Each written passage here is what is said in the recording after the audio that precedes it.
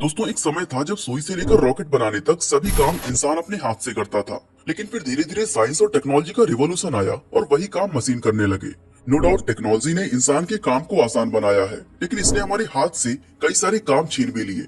इतिहास गवाह है कि जब भी कोई नई टेक्नोलॉजी की शुरुआत होती है तो इंसान के हाथ से बहुत सारे काम छीन जाते हैं। एंड ऐसे ही एक और एरा की शुरुआत हो चुकी है जिसका नाम है एआई यानी आर्टिफिशियल इंटेलिजेंस। आज एआई ने कितने सारे ऐसे कामों को पॉसिबल कर दिखाया है जो आज से 15 से 20 साल पहले नामुमकिन माने जाते थे।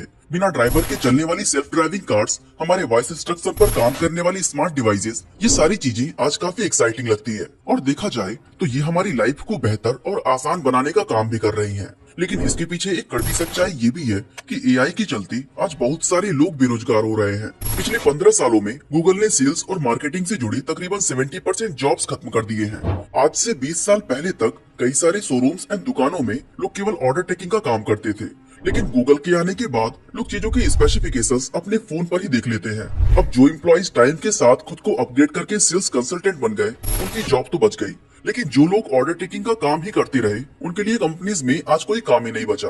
इसके अलावा आप खुद सोचिए, आज दुनिया में ऐसे कितने लोग होंगे जो ड्राइविंग की जॉब पे अपनी जिंदगी चला रहे हैं। उन लाखों करोड़ों लोगों की जॉब भी आज सिर्फ एआई की वजह से खतरे में है, क्योंकि सेल्फ ड्राइविंग कार्स की टेक्नोलॉजी जिस तेजी से तरक्की कर रही है, उसे देखते हुए वो दिन अब दूर नहीं जब गाड़ियों, ट्रकों और बसों के अंदर ड्राइवर्स की जरूरत ही नहीं रहेगी। चैटबॉट भी लोगों की जॉब छीनने का एक बहुत बड़ा एग्जाम्पल है। आपको याद होगा, आज से 5 से 6 साल पहले तक किसी भी कंपनी के कस्टमर सपोर्ट को कांटेक्ट करने पर हम सीधा कस्टमर एग्जीक्यूटिव से बात करते थे, लेकिन आज वही जगह चैटबॉट ने ले ली है। अब फ्लिपकार्ट और अमेजॉन जैसी कंपनीज को इस काम के लिए बहुत ही कम एम्प्लॉइज की जरूरत पड़ती है। यहाँ तक कि आप बिना किसी इंसान से इंटरेक्ट किए भी सीधा चैटबॉट से कंप्लेन भी रेज कर सकते हैं। दोस्तों आज एआई मैन्युफैक्चरिंग के फील्ड में भी घुस चुका है। पहले जहां फैक्ट्रीज के अंदर इंसान अपने हाथों से कार को असेंबल करते थे, वो सारा काम अब एआई की हेल्प से ऑटोमेटेड मशीन्स कर रही हैं। For example US and Germany में कार असेंबलिंग फैक्ट्रीज पूरी तरह ऑटोमेटेड हो चुकी है। लेकिन दोस्तों आज हम गूगल, चैटबुक या फेसबुक एआई की बात नहीं करने वाले हैं। हम बात करेंगे एक बिल्कुल नए एआई चैट जीपीटी के बारे में, जो आने वाले टाइम में हम सबकी जॉब्स खत्म कर सकता है। अब ये चैट जीपीटी है क्या, ये काम कैसे करता है और ये दूसरे एआई से अलग कैसे है, आइए डिटेल में जानते हैं। Tonight we're taking a deep dive into the world of AI with a special focus on ChatGPT, the revolutionary new language model developed by OpenAI. Basically दोस्तों चैट जीपीटी एक ऐसा एडवांस कंप्यूटर प्रोग्राम है जो human language को समझकर उस पर respond कर सकता है। ये एआई और मशीन लर्निंग का एक ऐसा जबरदस्त कॉम्बिनेशन है जिससे आप कोई भी लैंग्वेज प्रोसेसिंग टास्क करवा सकते हैं। आसान वर्ड्स में कहें तो ये एआई आपके लिए प्रोग्रामिंग कोड लिख सकता है, आपके कोडिंग से एरर को निकाल सकता है, आपका पर्सनल असिस्टेंट बन सकता है, यहाँ तक कि ये article, songs and movie script भी लिख सकता है। इसको यूज करने के लिए आपको बस अपनी क्वेरी डालनी है, जैसे आप अपने दोस्त से सवाल पूछ रहे हो, और तुरंत ही चैट जीपीटी आपकी क्वेरी का आंसर दे देगा। कह सकते हैं कि ये भी एक तरह का चैट बॉट ही है, लेकिन हाईली एडवांस्ड। दोस्तों अब तक इससे पहले इतना ज्यादा एडवांस एआई नहीं देखा गया था। दरअसल चैट जीपीटी एक सर्विस है जिसे ओपनएआई नाम की कंपनी ने बनाया है। ओपनएआई एक अमेरिकन एआई रिसर्च कंपनी है जिसे दिसंबर 2015 में Elon Musk, Sam Altman and 4 और लोगों ने मिलकर शुरू किया था। 2019 में माइक्रोसॉफ्ट भी इसमें $1 बिलियन इन्वेस्ट कर चुका है। दोस्तों 2015 से लेकर अब तक ओपनएआई कई अलग अलग प्रोडक्ट्स लॉन्च कर चुकी है, जिसमें डाली 2 अभी कुछ महीने पहले काफी पॉपुलर हुआ था, जो कि एक एआई बेस्ड इमेज जनरेटर है। इससे पहले कंपनी ने जीपीटी 3 को लॉन्च किया था और चैट जीपीटी इसी का अपग्रेडेड और इम्प्रूव्ड वर्जन है, जो लॉन्च होते ही वायरल हो गया। यहाँ तक कि सिर्फ 5 दिनों के अंदर चैट जीपीटी को 1 मिलियन यूजर्स ज्वाइन कर चुके थे, जबकि नेटफ्लिक्स और फेसबुक जैसी कंपनीज को ये नंबर अचीव करने में कई महीने लग गए थे। जैसा कि हमने बताया कि चैट जीपीटी पर आप कैसा भी क्वेरी डालकर उसका सोल्यूशन पा सकते हैं। अब काफी सारे लोगों को लग रहा होगा कि गूगल भी तो यही काम करता है, क्योंकि गूगल पर भी लोग अपने सवाल पूछते हैं और विद इन अ सेकेंड उसका आंसर मिल जाता है। लेकिन दोस्तों एक्चुअल में चैट जीपीटी गूगल से बिल्कुल डिफरेंट है।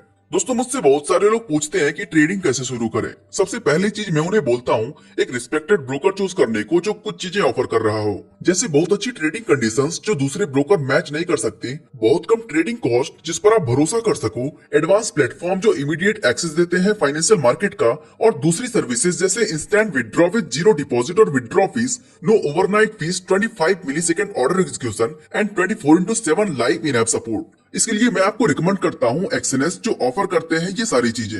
एक्सएनएस ट्रेडर को डाउनलोड करके आप currencies, gold, crypto, oil, shares and और भी बहुत सारे ऑप्शंस में ट्रेड कर सकोगे।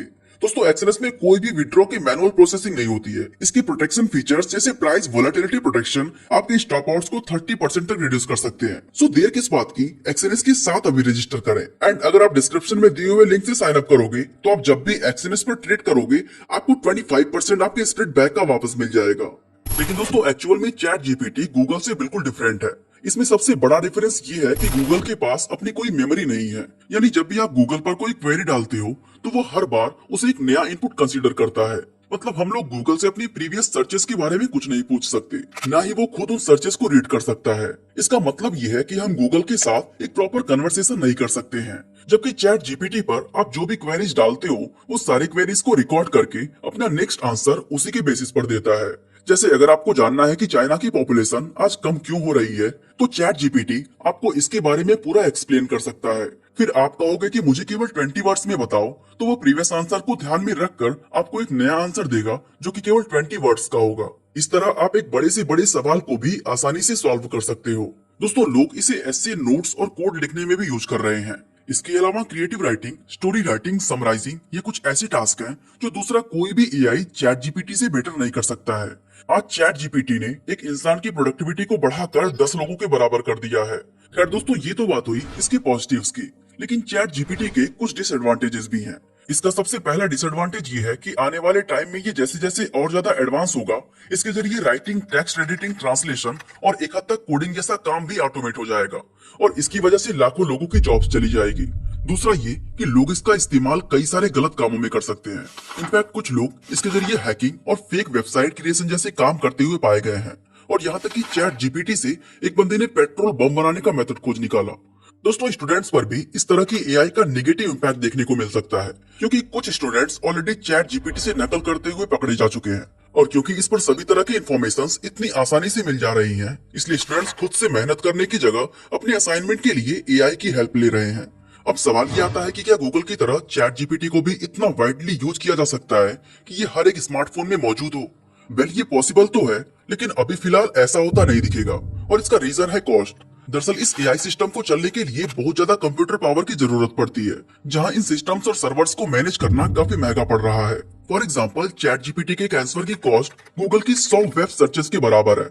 ऐसे में इतने बड़े स्केल पर इसको यूज में लाना फिलहाल मुश्किल दिखाई देता है। लेकिन ओवरऑल देखा जाए तो दुनिया में एआई अपना इम्पैक्ट बहुत तेजी से बना रहा है और इसी को देखते हुए काफी सारे लोग ये सोचकर घबराए हुए हैं कि फ्यूचर में एआई उनकी जॉब को खत्म कर देगा। अब देखें तो रियलिटी तो यही है, लेकिन हमें इसको लेकर बहुत ज्यादा घबराने की जरूरत नहीं है, क्योंकि एआई लोगों की जॉब्स को खत्म तो कर देगा, लेकिन इसके आने से कई सारी नई जॉब्स भी क्रिएट हो जाएंगी और धीरे धीरे लोग उन नई जॉब्स में शिफ्ट होते जाएंगे। इसको समझने के लिए हम हिस्ट्री में हुए रिवॉल्यूशंस का एग्जांपल लेते हैं।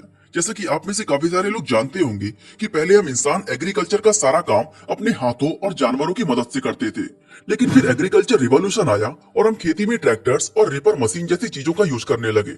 इसके बाद इंडस्ट्रियल रिवॉल्यूशन आया, जिसमें लोग फार्मिंग से आगे बढ़कर फैक्ट्रीज में काम करने लगे। और फिर आया इंफॉर्मेशन रिवॉल्यूशन, जिसमें इंटरनेट ने सारी इंफॉर्मेशन को लोगों के फिंगर टिप्स पर ला दिया और लोग इंडस्ट्रीज से सर्विस सेक्टर की तरफ शिफ्ट हो गए।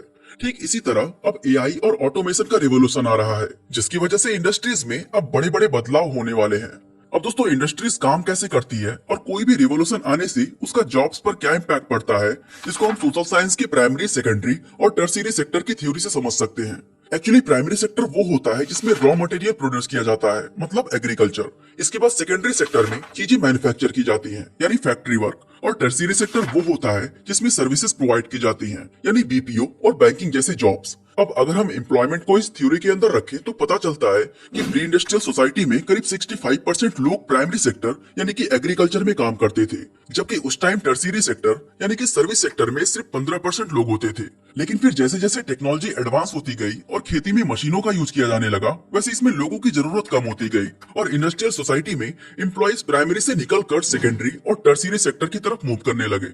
फिर टाइम के साथ साथ इंडस्ट्रीज के अंदर भी जैसे जैसे मशीन्स का यूज बढ़ता गया तो उसमें भी ह्यूमन लेबर की नीड कम होती चली गई और मैक्सिमम एम्प्लॉयज टर्शियरी सेक्टर यानी कि सर्विस सेक्टर में शिफ्ट होते गए। अब पोस्ट इंडस्ट्रियल सोसाइटी यानी कि आज के टाइम में हाल ये है कि इस वक्त प्राइमरी सेक्टर में सबसे कम एम्प्लॉयज और सर्विस सेक्टर में 70% एम्प्लॉयज है। यानी टेक्नोलॉजी और मशीन के आने से लोगों की पुरानी जॉब्स भले ही खत्म हो गई, लेकिन इसके साथ नई अपॉर्चुनिटीज भी क्रिएट हुई और धीरे धीरे लोग खुद प्राइमरी से सर्विस सेक्टर में शिफ्ट हो गए, जिससे ना सिर्फ उनकी इनकम बढ़ी बल्कि लिविंग स्टैंडर्ड भी ऊपर हो गया। ठीक इसी तरह आज पोस्ट इंडस्ट्रियल सोसाइटी यानी कि सर्विस सेक्टर में एआई एक बड़े टेक्नोलॉजिकल बदलाव के रूप में आ रहा है। तो जाहिर सी बात है कि इसकी वजह से लोगों की बहुत सारी मौजूदा जॉब्स आने वाले फ्यूचर में खत्म तो हो जाएंगी, लेकिन जैसा कि हिस्ट्री में होता रहा है, इस बदलाव के साथ साथ लोगों के जॉब्स के लिए नए रास्ते खुलेंगे और लोग एक बेहतर लाइफ व बेहतर सोसाइटी की तरफ मूव होंगे। दोस्तों आप खुद सोचिए, आज से 30 साल पहले जब कंप्यूटर आया तब क्या लोगों को नहीं लगा था कि कंप्यूटर उनके सारे काम छीन लेगा? लेकिन हुआ क्या? उल्टा कंप्यूटर के आने से लोगों के पास रोजगार के रास्ते और भी कई गुना बढ़ गए। ठीक वैसे ही एआई के आने से भी डेटा साइंस, मशीन लर्निंग और एआई डेवलपमेंट एंड मेंटेनेंस जैसे फील्ड में बहुत सारी नई जॉब्स और अपॉर्चुनिटीज क्रिएट होंगी। इसके अलावा आज से 20 साल पहले ये कौन प्रेडिक्ट कर सकता था कि आने वाले टाइम में लोग YouTube वीडियो क्रिएट करके, इंस्टा रील बनाकर और वीडियो गेम को स्ट्रीम कर पैसा कमा रहे होंगे। ठीक वैसे ही आज भी ये प्रेडिक्ट नहीं किया जा सकता कि एआई के आने के बाद से हमारे लिए रोजगार के कौन से रास्ते खुलेंगे। और दोस्तों ऐसा भी नहीं है कि एआई एकदम से सब कुछ खुद करने लगेगा, इसकी भी अपनी कुछ लिमिटेशंस हैं, क्योंकि एआई अभी सिर्फ वही टास्क कर सकता है जो रिपीटेटिवली एक ही रूटीन में किए जाते हैं, like data entry, data analysis, customer service और मैन्युफैक्चरिंग। जबकि जो काम अनप्रेडिक्टेबल होते हैं, जिन कामों में क्रिएटिविटी की जरूरत होती है, लाइक म्यूजिक बनाना और ऐसी जॉब्स जिसमें इंसानों के इमोशंस और बिहेवियर को समझकर कोई फैसला लिया जाता है, इस तरह के कोई भी काम एआई अभी नहीं कर सकता है। बाकी दोस्तों आपको क्या लगता है, एआई हमारी फ्यूचर जनरेशन के लिए खतरा है या वरदान? अपना ओपिनियन हमें कमेंट करके जरूर बताएं। बाकी आज के लिए बस इतना ही।